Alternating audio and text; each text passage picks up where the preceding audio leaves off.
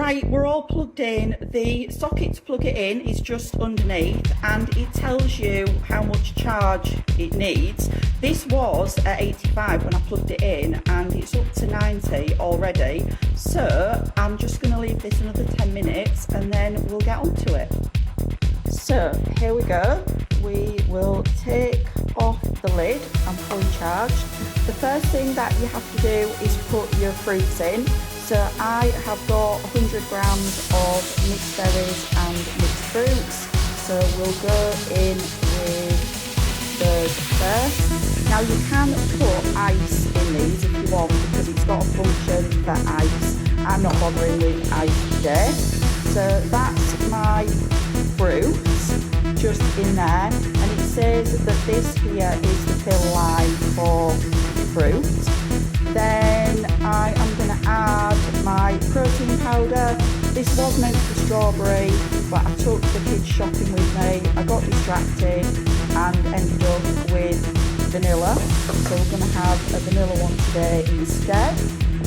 And then just bang that down a little bit, kind of get it in there. And then I've got 200 ml of skimmed milk, which I'm just going to pour in here. And it does say not to fill kind of over this line just here. So I think, to be honest, once that soaks down, it's tiny bit, but once that soaks down, I think that'll be absolutely fine. Then you pop the lid back on.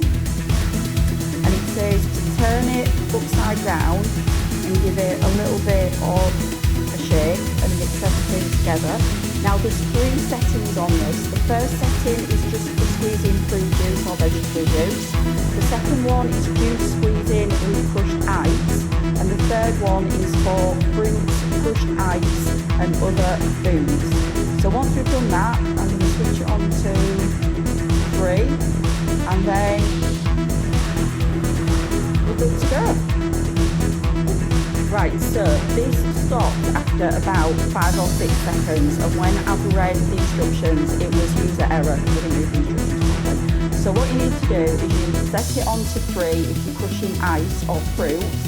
Then you have to turn it upside down, set it going, and ever so slowly start to tilt it round. And that just feeds, you can see there now, all of the fruit or your ice into it really gently. So you can actually hear it, so it spins really fast when it's cutting. And then if you just really gradually keep turning it round, it just feeds a little bit of the fruit or the ice in and it stops the blades getting clogged up. Right, so we're all done. It looks all nice and mushed up. Look in there and it looks similar consistency to what my normal one does. I would say that if you do have quite a lot of ice or chunky fruits, then you can just run it through on the programme and just do it again. But I am going to give this a try. 1 second.